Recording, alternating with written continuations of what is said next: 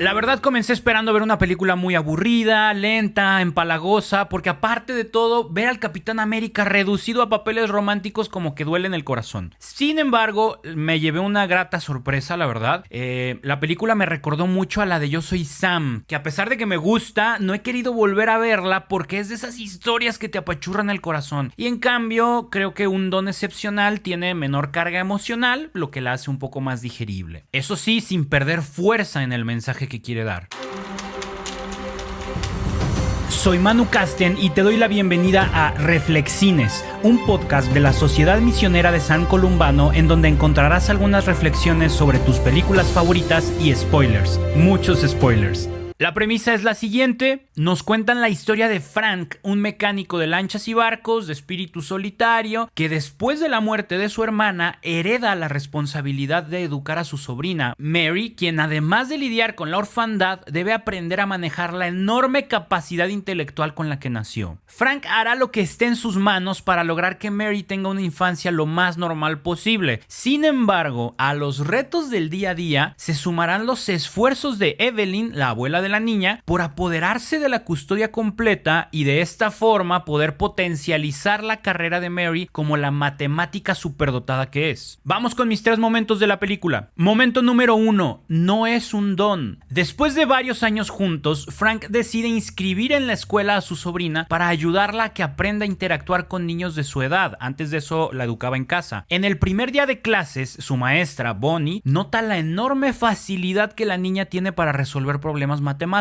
Al final de la jornada, la maestra busca a Frank pensando que es el papá de Mary y le intenta explicar lo que vio en clase y hacerle saber que cree que su supuesta hija tiene un don especial. Él la interrumpe para decirle que no es un don, que simplemente es el método Trachtenberg, un método que se desarrolló para aprender a resolver problemas matemáticos de forma rápida, pero que eso lo podría aprender cualquier persona sin necesariamente ser un genio. Y aunque Bonnie ya no insiste, se queda inquieta con la respuesta de Frank porque para ella lo que vio en Mary es algo más que una simple fórmula aprendida. Y escogí este momento de la película porque creo que algo así nos puede estar pasando cuando hablamos de esos dones o virtudes que tenemos. En la película, Frank niega el don de su sobrina por temas de practicidad, pero es muy común que nosotros neguemos las habilidades sobresalientes que tenemos por vergüenza o por incredulidad. Hace poco tuve la oportunidad de ir a servir un retiro. Me tocó participar en una dinámica que consiste en que pasamos a una persona al centro del salón, se sienta en una silla y en medio, y el resto de participantes del grupo escriben en un papelito las virtudes cristianas que vieron en esa persona a lo largo del retiro. Por ejemplo, ponemos una silla en medio, pasa Lupita a sentarse en ella y todos escriben en el papelito las virtudes que vieron en Lupita. Cuando todos terminaron de escribir su papelito, los recojo, me hinco enfrente de Lupita y le leo todas las cosas buenas que escribieron sobre ella. Y así nos vamos con cada participante. Al final del retiro, la directora me preguntó cómo me sentí sirviendo y le comenté que una de las dinámicas que más me había impactado era esa: estar hincado, mirando a los ojos a las personas y decirles todo lo bueno que la gente vio en ellos. Fue una experiencia bastante fuerte, tanto para las personas sentadas en la silla como para mí. Fue imposible contener las lágrimas. Para ellos era impactante darse cuenta de cómo los veían los demás y de todas las virtudes que tenían sin que lo supieran. Y para mí era impactante ver sus rostros llenos de incredulidad. Muchos de ellos no están nada habituados a escuchar halagos. No se sabían capaces de ser tantas cosas buenas. Y creo que de vez en cuando es necesario que detengamos el acelere de nuestras vidas un poco para reflexionar sobre este tema. Preguntémonos por qué nos cuesta tanto aceptar las cosas buenas que hay dentro de nosotros. ¿Por qué nos cuesta tanto trabajo creer que de verdad somos aquello que los demás ven en nosotros? Y si no es tu caso, si a ti no te cuesta trabajo aceptar cumplidos, de seguro conoces a alguien que sí tiene ese problema. También podrías preguntarte por qué a esa persona le pasa eso. Pienso que el término autoestima se ha utilizado tanto que ha perdido fuerza. Cuando escuchamos hablar de la autoestima de alguien, solemos pasar a pensamientos en automático.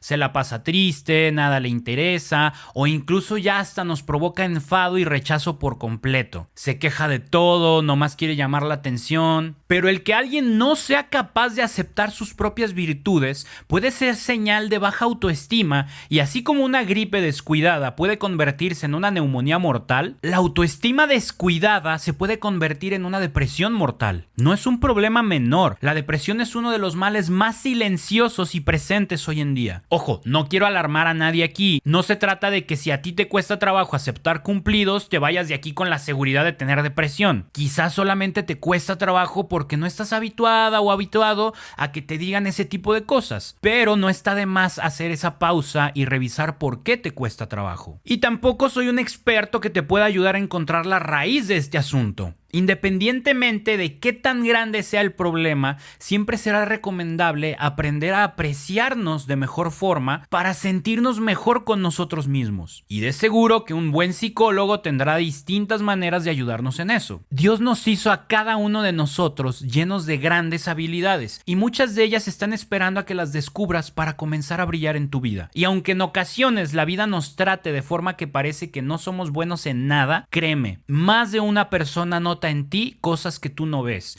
y tu vida significa una gran diferencia en la vida de más de una persona. Solo es cuestión de darte la oportunidad de escucharlo, observarlo y creerlo. Momento número 2, el nacimiento. El juicio entre Frank y su mamá Evelyn ha comenzado. Ambos buscan quedarse con la custodia de Mary para educarla como cada uno piensa que es mejor para ella. Toda esta parte de la película se me hizo bastante incómoda de ver. La verdad, no me cabía en la cabeza que una abuela pudiera comportarse y actuar de una manera tan egoísta. Pero todo parece empeorar cuando llaman a testificar al papá de Mary, quien no se había hecho presente en la vida de su hija nunca. Para la defensa de Frank y su abogado todo sale muy bien, pero para Mary el que su papá se presentara a dar testimonio fue algo devastador. Roberta, la vecina de Frank y mejor amiga de Mary, le insiste a él en que no le diga nada sobre su papá, pero Frank apuesta por la sinceridad y la comunicación transparente con su sobrina, así es que le hace saber que su papá estuvo en la sesión del juicio y ella queda destrozada al darse cuenta de que su papá no hizo ningún intento por conocerla, incluso pudiendo aprovechar la oportunidad de que ya estaba en la ciudad. Roberta y Frank no logran consolar a Mary, que se encierra en su cuarto hecha un mar de lágrimas. Y en medio de esa desesperación es cuando a Frank se le ocurre una de las ideas más bonitas y conmovedoras que yo he visto en cualquier película. Frank logra que Mary salga de su cuarto y junto con Roberta se van a un hospital. Se acomodan en la sala de espera, ellas no saben qué están haciendo ahí y le insisten a Frank en que les explique algo, pero él, sin dar ningún detalle, solo les dice que estarán ahí hasta que sea necesario. Pasan las horas hasta que por fin sale un hombre del quirófano. Se ve feliz, se acerca a su familia y les da la noticia de que su bebé ya nació. Todos gritan, lloran y se abrazan llenos de alegría. A unos metros de distancia, Mary observa toda la escena con sorpresa, pero con una enorme sonrisa dibujada en su rostro. Entonces Frank la abraza y le dice: así fue exactamente cuando tú naciste, así de feliz. Esa escena me movió muchísimas cosas dentro. Tuve que detener la película para asimilar lo que acababa de ver. Me fascinó la forma tan creativa de darle la vuelta al problema en el que se había metido Frank. Y me fascinó también ver el resultado. Mary no iba a poder hacer que la situación con su papá cambiara. Sin embargo, tuvo la oportunidad de hacerse con la idea de que fue una niña amada desde que nació. Y lo que quiero rescatar de ese momento es la importancia de que seamos capaces de encontrar la bondad detrás de la desgracia. El otro día me llegó un mensaje por WhatsApp, una de esas cadenas de oración que siempre ignoro, y no sé por qué, pero en esta ocasión la abrí y solamente corroboré que esos mensajes me caen muy mal. Era un video invitando a los católicos a unirse en una jornada de oración para lograr vivir una vida sin problemas ni calamidades, entre comillas. Si ya no querías tener enfermedades, debías unirte a la cadena de rosarios. Si ya no querías que hubiera desastres naturales, debías unirte a la cadena de rosarios. Si ya no querías a un presidente corrupto dirigiendo tu país, debías unirte a la cadena de rosarios. Ojo, no estoy diciendo que el rosario o la oración no tengan poder real. Me consta que lo tienen. Soy testigo de lo maravillosa que es la oración en la vida de muchas personas y de los prodigios sobrenaturales que pueden llegar a manifestarse gracias a la oración. Mi pleito es con la búsqueda de una vida sin dolor, sin problemas, sin sufrimiento, y más escudándose con la fe cristiana para buscar esa vida. A ver, el cristianismo no es compatible con el deseo de una vida fácil. difícil. Jesús mismo nos avisó que seguirlo implicaba cargar nuestra cruz. Buscar una vida sin problemas, pienso que es justamente lo contrario a buscar una vida semejante a la de Cristo. Y tampoco propongo que vayamos y busquemos los problemas o que los provoquemos o que busquemos sufrir adrede. No se trata de eso. Pienso que ser cristianos se trata de aprender a aceptar las cosas difíciles que la vida nos presenta. No buscarlas, pero no sacarles la vuelta. Vivir sin miedo a ellas y, como lo muestra la película, aprender a encontrar la bondad detrás de esas dificultades. Mary no puede quedarse con el mal sabor de boca que le dejaba ser la hija de alguien que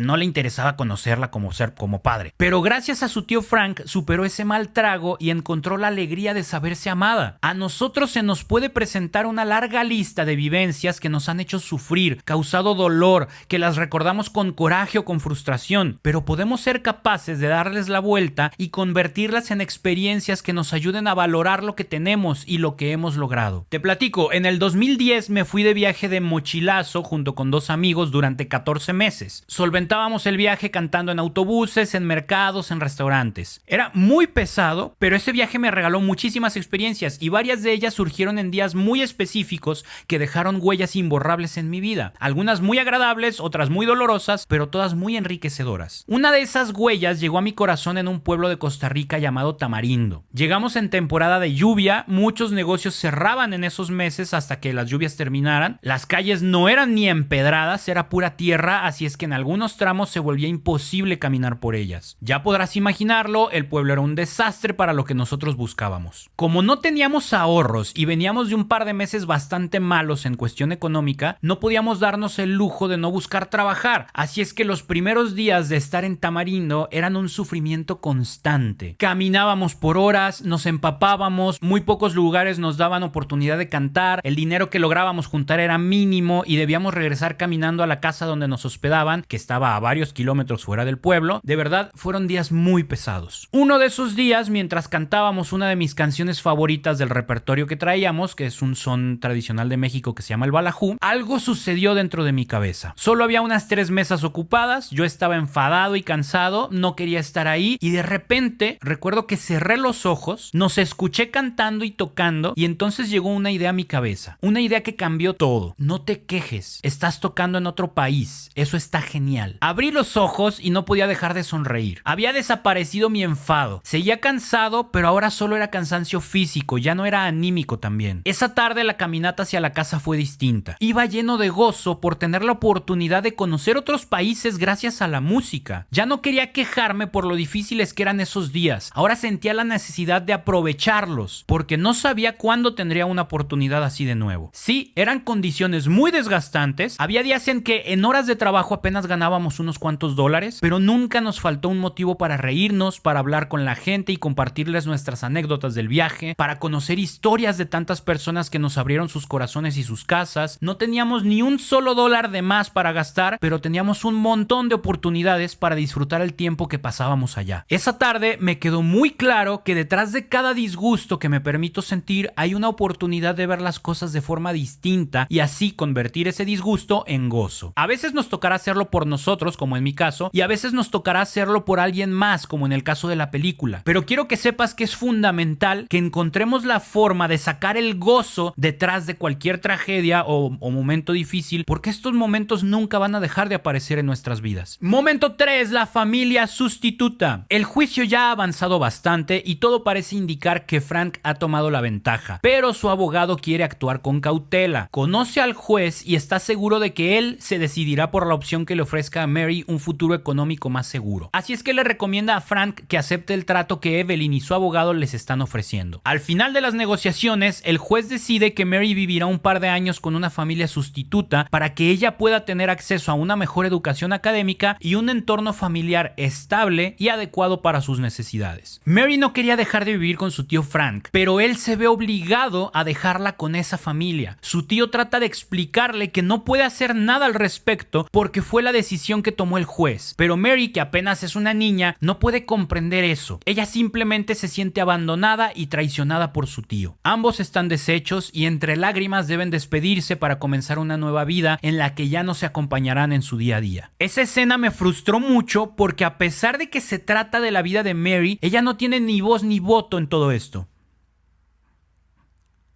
Además, Frank, por querer hacer las cosas como él consideraba que eran lo mejor para Mary, en cierta forma terminó perdiendo a su sobrina y traicionando la promesa que le había hecho de que no los iban a separar. Hace poco estaba leyendo el libro El arte de aprovechar nuestras faltas según San Francisco de Sales, que es un compendio de los textos de este santo escrito por Joseph Tissot, y uno de los fragmentos que más me ha gustado es donde habla de los posibles frutos que la tristeza puede generar en nosotros. En el libro enumeran 6 efectos negativos de la tristeza: congoja, pereza, indignación, celos, envidia e impaciencia, mientras que solo son 2 los posibles efectos positivos: misericordia y penitencia. Pero aunque son significativamente menos, estos pueden darle un sentido completamente distinto al sufrimiento en nuestra vida. El día que leí esto, estaba frente al Santísimo y sentí el impulso de escribir la siguiente oración: Espíritu Santo, encárgate de que mi tristeza me lleve a ser más misericordioso con el prójimo y más penitente en reparación de mis pecados. Luego me quedé pensando en qué era eso que definí como mi tristeza. Si se lo iba a ofrecer a Dios, no quería quedarme con que solamente fuera un sentimiento ambiguo que a veces aparece y a veces se esconde. Debía haber algunas situaciones particulares que hicieran presente la tristeza en mi vida, cosas que son parte de mi vida y con las que debo aprender a lidiar. Inmediatamente se me vino a la cabeza el tema de la muerte de mi papá. Por un lado, su ausencia, y por otro lado, por saber que no llevo una vida muy cercana a Dios. Entonces, pensar en que es muy probable que no se haya salvado me hace sentir muchísima tristeza. En mis manos está el ofrecer mi oración, mis sacramentos y mi constante conversión por su salvación, y sé que nada es imposible para Dios y que Él actúa con su perfecta misericordia, así es que no pierdo la esperanza. Pero si parto de apegarnos a las reglas, pues tampoco puedo dar por hecho que ya esté en el cielo así sin más. Así es que la tristeza estará presente de una u otra forma mientras yo siga vivo y no pueda tener la certeza de su salvación. Otra tristeza que está constantemente presente en mi vida es la de aún no poder quedar embarazados mi esposa y yo. Sé que eso no es definitivo aún, seguimos haciéndonos estudios, orando y haciendo lo que está en nuestras manos, pero eso no quita el hecho de que en ocasiones me cuesta mucho trabajo lidiar con todo eso. A lo que voy es que así como Frank y Mary tuvieron que lidiar con la orden del juez, a veces a nosotros nos toca lidiar con situaciones dolorosas y no tenemos la opción de no hacerlo. Despidos, traiciones, rupturas, separaciones, enfermedades, fracasos, muertes, todo eso es parte de la vida, y cuando llegue alguna de esas opciones a nuestra vida, vendrá con dolor y con tristeza. Entonces estaremos ante la decisión de permitir que ese dolor y esa tristeza crezcan libremente y nos hundan en la angustia, la pereza, la indignación,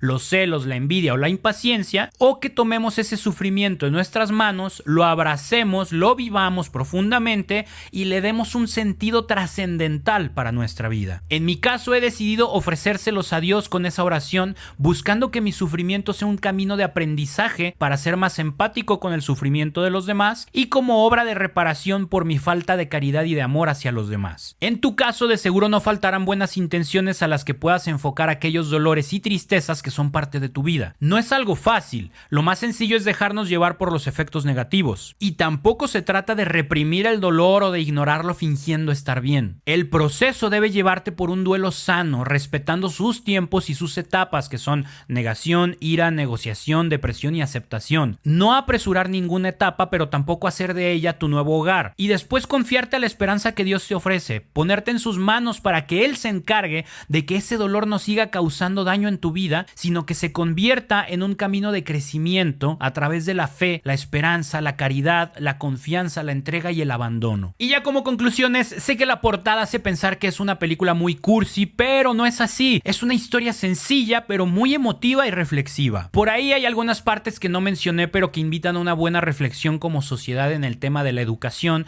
y las prioridades de las familias. Yo la disfruté mucho, no sé si la volveré a ver pronto, pero definitivamente me dio mucho gusto darme la oportunidad de verla. Te invito a que la veas con tus compañeros de comunidad, amigos o familia, y al final compartan sus respuestas a las siguientes preguntas. ¿Alguna vez te has sentido incómodo aceptando cumplidos o reconocimientos? Si es así, ¿a qué crees que se debe esa dificultad? Y por otro lado, ¿cómo crees que podríamos ayudarnos mutuamente a reconocer y valorar nuestras propias virtudes de una manera más saludable? ¿Cuál es tu experiencia personal al tratar de encontrar la bondad o el gozo detrás de las dificultades dificultades en tu vida. ¿Has tenido momentos en los que al cambiar tu perspectiva has logrado convertir situaciones difíciles en oportunidades para crecimiento o alegría? ¿Cómo manejas las situaciones difíciles y tristes en tu vida? ¿Y de qué manera intentas encontrar un sentido trascendental en medio del dolor? ¿Has descubierto alguna experiencia personal que haya transformado tu sufrimiento en un camino de crecimiento y aprendizaje? Y bueno, ya sabes, si se te dificulta encontrar la respuesta a alguna de estas preguntas, con confianza búscame y vemos cómo te puedo ayudar. Mi Instagram es @castenmanu, yo soy Manu Casten y nos encontramos a la próxima. Recuerda consumir todo el contenido que estamos generando para el sitio web de los misioneros columbanos, contenido de formación, de crecimiento espiritual, intelectual, de entretenimiento, todo eso para que tú, tu comunidad, tus amigos, tu familia crezcan en espíritu, conozcan mejor a Dios y se encaminen hacia la santidad. Muchísimas gracias, que Dios te bendiga. Recuerda visitar nuestro sitio web columbanos.org, en donde encontrarás historias y testimonios inspiradores de la misión que hacemos por todo el mundo. Y si quieres apoyar de alguna forma a la misión, no dudes en escribirnos para decirte cómo puedes ayudarnos.